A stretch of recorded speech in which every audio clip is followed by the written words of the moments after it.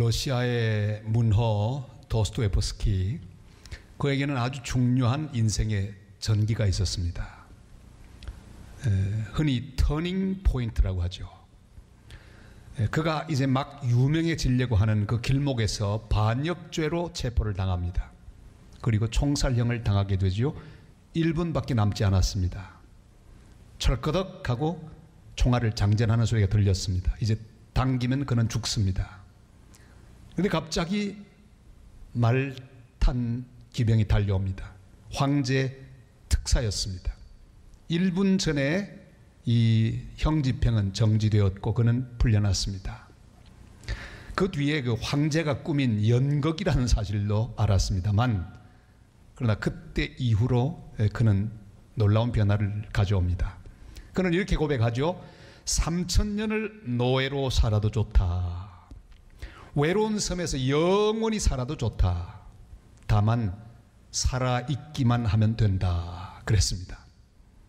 그는 그 이후에 죄와 벌이나 까라마조프 형제 같은 명작들을 지어서 많은 사람들에게 감동을 주었습니다. 사도 바울에게도 이런 터닝 포인트가 있었습니다. 다메섹에서 주님을 만나는 경험을 하는데 빛을 보고 말 잔등에서 떨어집니다. 다시 거기서 일어난 사도 바울은 새로운 사람이 되었습니다. 새로 시작한 그의 인생, 그 인생의 주제는 한마디로 하나님의 은혜였습니다. 어떤 역할을 하든지 상관없었습니다. 유명해도 괜찮고 무명해도 괜찮고 성공해도 괜찮고 실패해도 괜찮았습니다. 전부 하나님의 은혜로 된 것이라 그렇게 고백합니다. 바울은 자기가 이방인의 사도가 된 것을 내게 주신 은혜라 그렇게 고백합니다.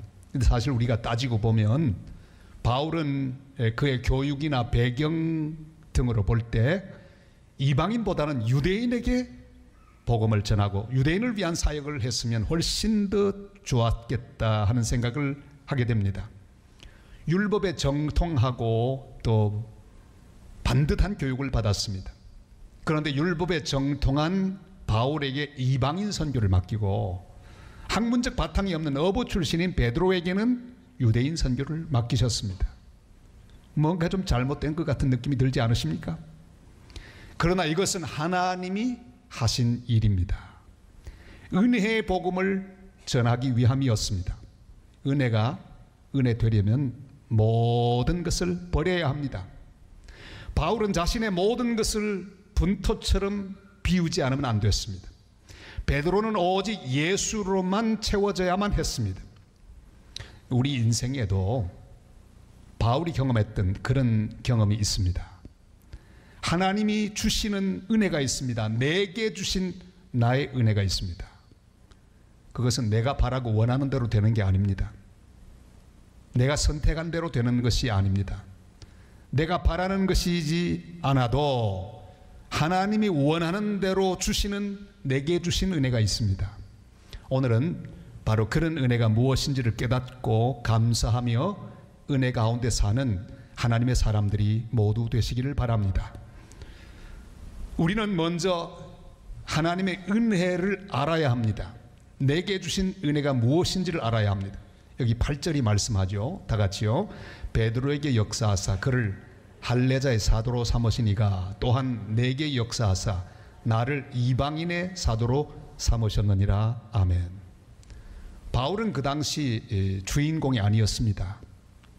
주인공은 따로 있었습니다. 베드로, 야고보, 요한 같은 주님의 제자들, 직접 주님과 더불어 함께 있으며 배웠던 제자들, 그들이 주인공이었습니다. 그래서 기둥같이 여기는 자들이라고 하는 표현을 쓰고 있습니다. 그 중에 베드로는 모든 유대인들의 존경과 사랑을 받았습니다. 그러나 바울은 어디로 가나 인기가 없었습니다. 가는 곳마다 유대인들이 몰려와서 핍박합니다. 그는 아마 섭섭했을 것입니다. 내가 유대인들에게 전도하면 더 잘할 것인데 나는 율법에도 정통하고 모든 것에도 완벽한 준비된 사람인데 왜 이렇게 유대인들이 나를 박해하고 나를 괴롭게 할까? 왜 배척할까?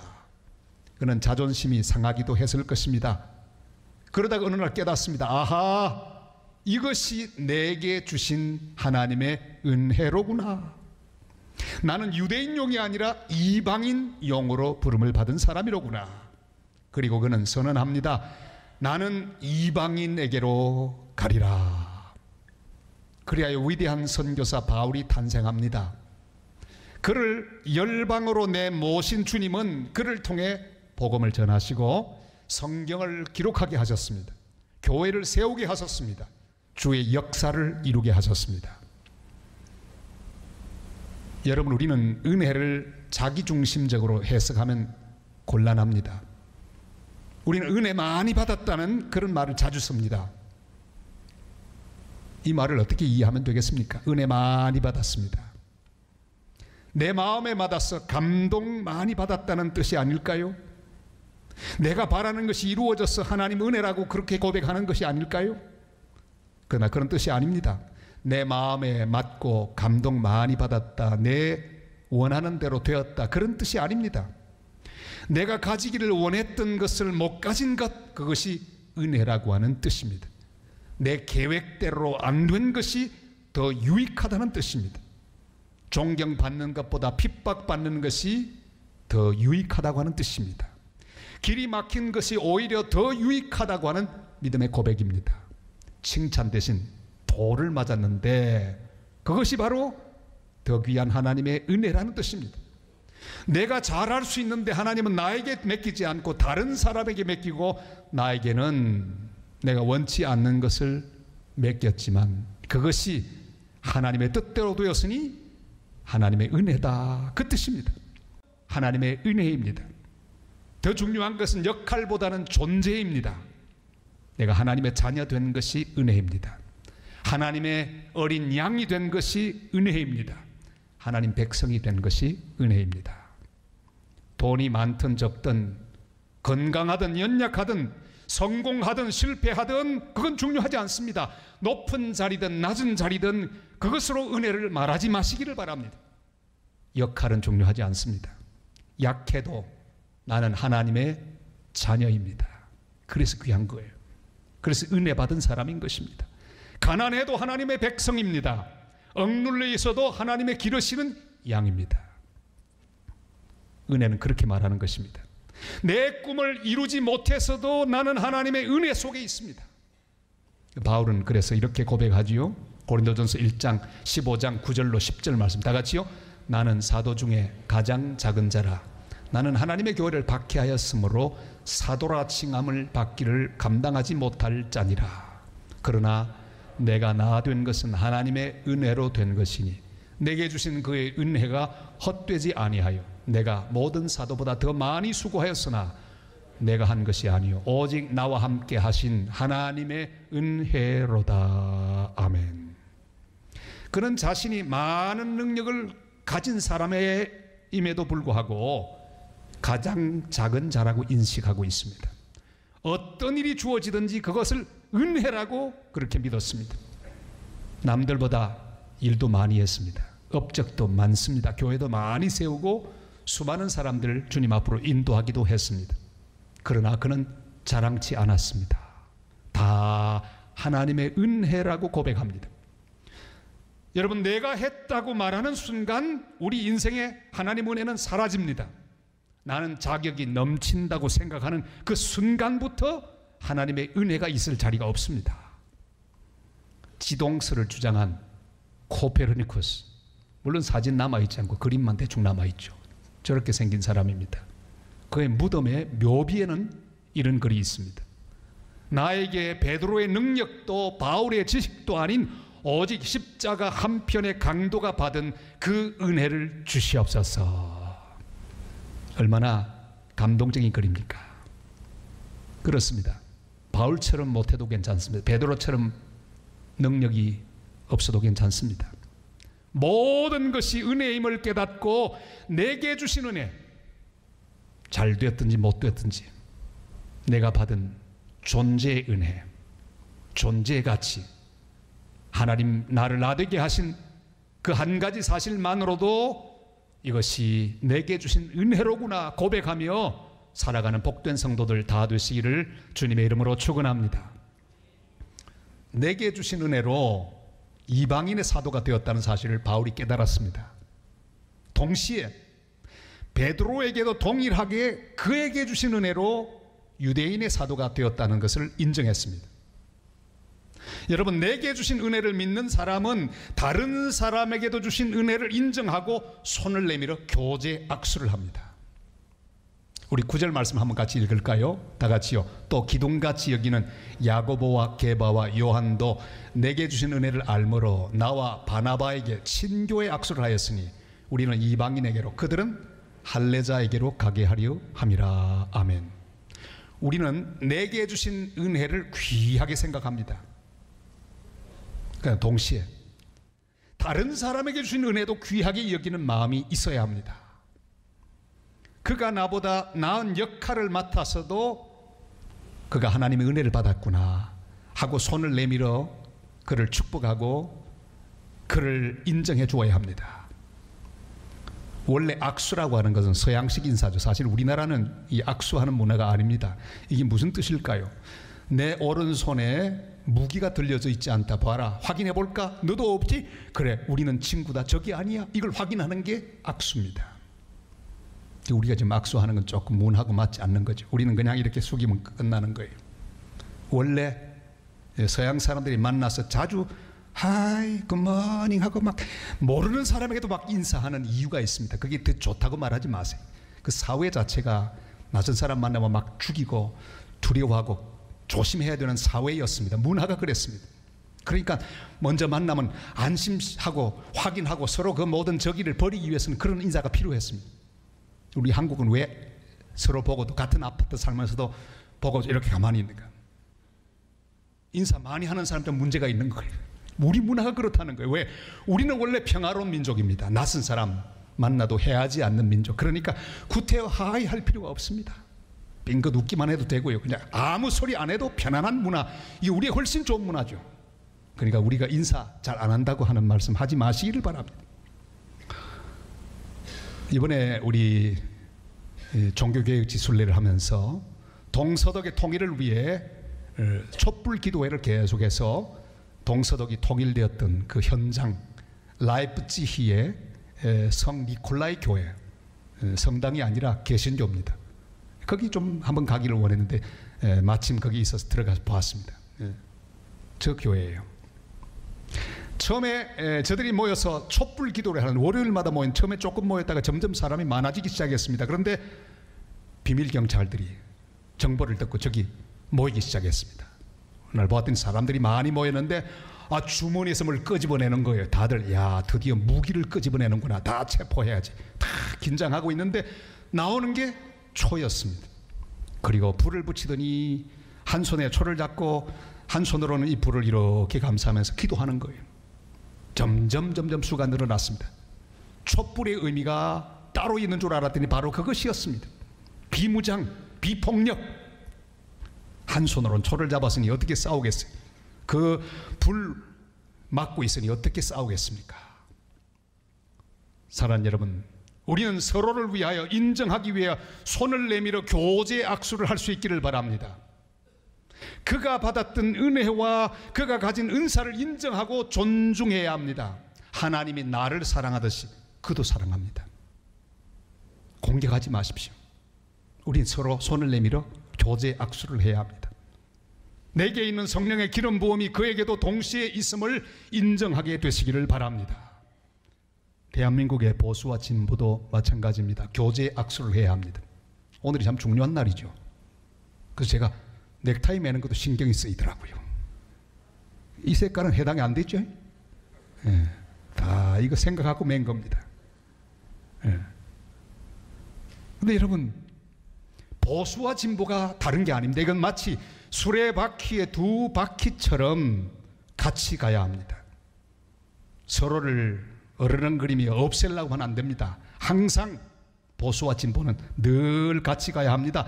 사람이 두 발로 서서 걷는 것처럼 한 발이 앞서 나갑니다. 진보입니다. 그냥 좀 있으면 그게 보수가 되고요. 또 다른 한 발이 앞으로 나갑니다. 그러면 그게 또 진보가 되고 보수는 또 뒤로 처지는 거예요. 계속해서 그렇게 서로를 격려하고 인정하며 화해 악수를 내미는 가운데 같이 가야 바른 방향으로 갈 수 있게 될 것입니다. 서로에게 배우며 서로를 인정하고 귀하게 보여야 합니다. 흔히 말하는 꼴통 보수가 되면 안 됩니다. 과격 진보가 되면 안 됩니다. 이렇게 해서 서로 싸우면 함께 망할 뿐입니다. 우리 나라도 우리 교회도 우리 가정도 하나님의 은혜를 깨닫고 서로 교제 악수를 하는 그런 하나님의 은혜가 함께 하시기를 주님의 이름으로 축원합니다. 어떤 자리에 중국 사람, 한국 사람, 또 중국 사람과 한국 사람 결혼했던 그 부부 이렇게 같이 모여 대화를 하고 있습니다. 중국 사람이 먼저 자기들의 문화를 이야기합니다. 우리는 결혼하면 남자가 의례 밥하고 반찬하고 다 상을 차리게 되어 있다고. 우리가 상을 차려서 이렇게 내놓으면 부인들이 잔소리한다고. 이게 왜 맛이 이러냐고. 한국 사람인데 우리는 참 다행으로 여자들이 다 밥을 준비한다고. 음식을 좀 잔소리는 남자들이 한다고. 정반대죠, 그죠? 여러분, 한국의 남자들은 이 사실에 대해서 감사하시기를 바랍니다. 오늘도 아내가 차려준 음식을 드시고 오셨죠. 절대 잔소리 하지 마시고 맛있니 맛없니 하지 마시고 축복인 줄 알고 잘 드시기를 바랍니다. 자, 그런데 그 중에 중국 사람과 한국 사람이, 중국 사람 남자와 한국 여자가 결혼해서 부부가 된 사람, 커플이 있었어요. 말합니다. 우리는 처음에 결혼했는데 내가 중국 사람이니까 첫날부터 밥을 딱 차렸더니 우리 아내가 얼마나 감동하고 감사하는지. 그 다음 날은 내가 바빠서 못하고 있는 아내가 원래 자기가 하던 것이니까 또 하는데 제가 너무너무 감동하고 감사했다. 우리는 매일매일 감사하고 감격한다. 여러분, 은혜가 무엇입니까?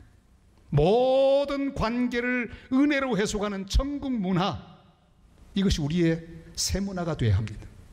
여러분, 옆에 있는 모든 사람은 하나님의 은혜로 주어졌습니다. 은혜 아닌 것은 없습니다. 이 은혜를 통하여 우리는 만났습니다. 이 은혜를 통하여 우리는 교제합니다. 여러분, 어떤 관계도 의무적으로 보지 마십시오. 그게 다 은혜거든요. 중국 사람, 한국 사람 커플처럼 매일매일 이렇게 잘해주는구나 생각 탓이야. 우리는 서로를 인정하고 손을 내밀어 교제 악수를 하며 우리가 함께 은혜를 받고 은혜를 나누며 사는 존재임을 확신하고 서로 세워주고 서로 축복하는 복된 교제가 함께 하시기를 주님의 이름으로 축원합니다. 오늘 한번 실습을 하십시다. 손을 한번 잡으시고 서로에게 이렇게 축복하시길 바랍니다. 축복합니다. 사랑합니다. 감사합니다. 할렐루야. 내게 주신 은혜를 알고 상대방에게 주신 은혜를 알면 교제 악수를 하게 되어 있죠. 그러나 우리는 살다 보면 우리가 연약해서 이 은혜를 잃어버릴 경우가 많습니다. 은혜를 패하고 은혜 아닌 다른 것을 붙들게 될 가능성이 아주 많습니다. 계속해서 내게 주신 이 은혜를 유지하기 위해서는 우리가 그리스도와 함께 십자가에 못 박힌 것을 인정하고 날마다 나의 죽음을 확인해야 합니다. 갈라디아 2장 20절 말씀 이렇게 말씀하죠. 다 같이요. 내가 그리스도와 함께 십자가에 못 박혔나니 그런즉 이제는 내가 사는 것이 아니요 오직 내 안에 그리스도께서 사시는 것이라. 이제 내가 육체 가운데 사는 것은 나를 사랑하사 나를 위하여 자기 자신을 버리신 하나님의 아들을 믿는 믿음 안에서 사는 것이라. 아멘. 내 자랑을 장사 지내야 합니다. 내 생각을 죽여야 합니다. 내 교만과 내 아집을 죽여야 합니다. 내가 죽어야 하나님의 은혜가 드러납니다. 그래서 바울은 말하죠. 나는 날마다 죽노라. 기도원 300용사의 항아리 속에 횃불이 감추어져 있었습니다. 항아리가 와장창 깨어질 때 그 속에 있는 횃불이 드러나고 빛이 발하게 되었습니다. 그래서 미디안에게 승리했습니다. 우리의 교만이 깨어져야 합니다. 우리의 자랑이 깨어져야 합니다. 우리의 자아가 깨어져야 합니다. 그래야 하나님의 은혜가 드러납니다. 십자가는 바로 우리에게 은혜를 베푸신, 우리를 구원하신 하나님의 독생자 예수님이 깨어지시고 찢기우시며 못 박히신 현장입니다. 우리가 거기 주님과 더불어 함께 있어야 합니다. 세계에서 가장 높은 산이라고 하는 모든 높이가 8,848m가 되는 에베레스트 산. 근데 지질학자의 조사에 의하면 저 산 꼭대기는 퇴적층으로 되어 있는 석회암으로 구성되어 있다고 합니다. 무슨 뜻입니까? 전에 저게 바다 밑이었다는 뜻이죠.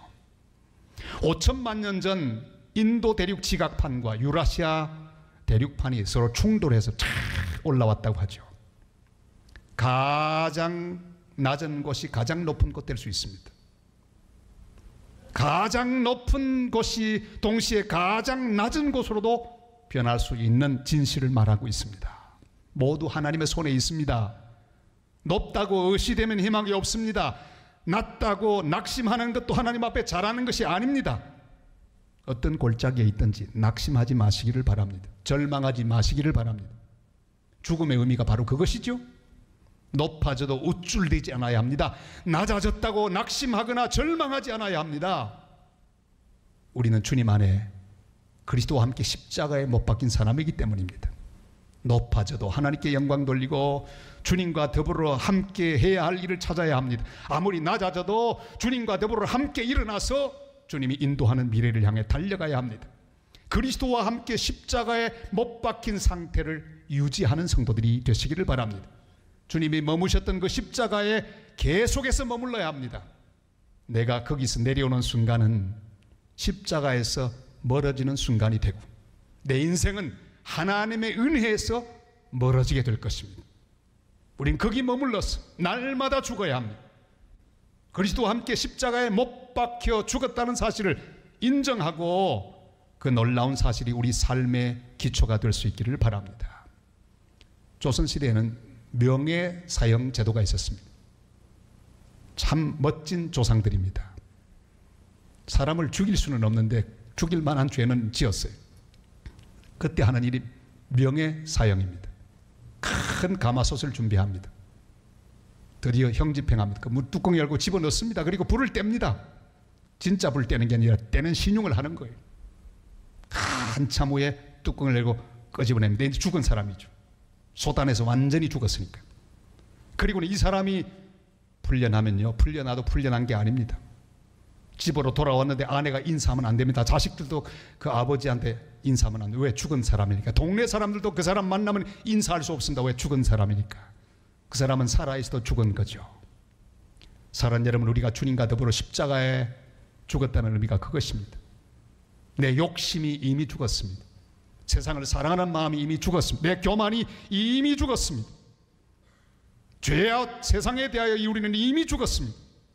이것을 날마다 기억하고 살아가는 복된 주님의 사람들이 되시기를 바랍니다. 사랑하는 성도 여러분, 하나님이 내게 주신 은혜가 무엇입니까? 이룰 수 없었던 내 꿈도 하나님의 은혜입니다. 내 욕심에 못 미치는 자리도 하나님의 은혜입니다. 내게 주어진 내가 원치 않는 상황도 하나님의 은혜입니다. 내가 기뻐하는 것, 내가 바라는 것이 이루어지는 것만 은혜가 아닙니다. 아직도 풀리지 않는 그 문제도 하나님이 내게 주신 은혜입니다. 내가 가진 내 약점도 하나님의 은혜입니다. 그것을 믿고 감사하는 하나님의 사람들이 되시기를 바랍니다. 나를 둘러싼 다른 모든 사람들에게도 주신 은혜를 인정하게 되시기를 바랍니다. 그들도 나와 똑같이 하나님의 은혜 속에 사는 사람들임을 인정하십시오. 불쌍히 여기며 사랑하는 마음으로 교제 악수를 할 수 있기를 바랍니다. 내게 주신 이 은혜가 계속 유지되기 위해 날마다 주님과 함께 죽고 주님과 함께 사는 복된 성도들 다 되시기를 주님의 이름으로 축원합니다.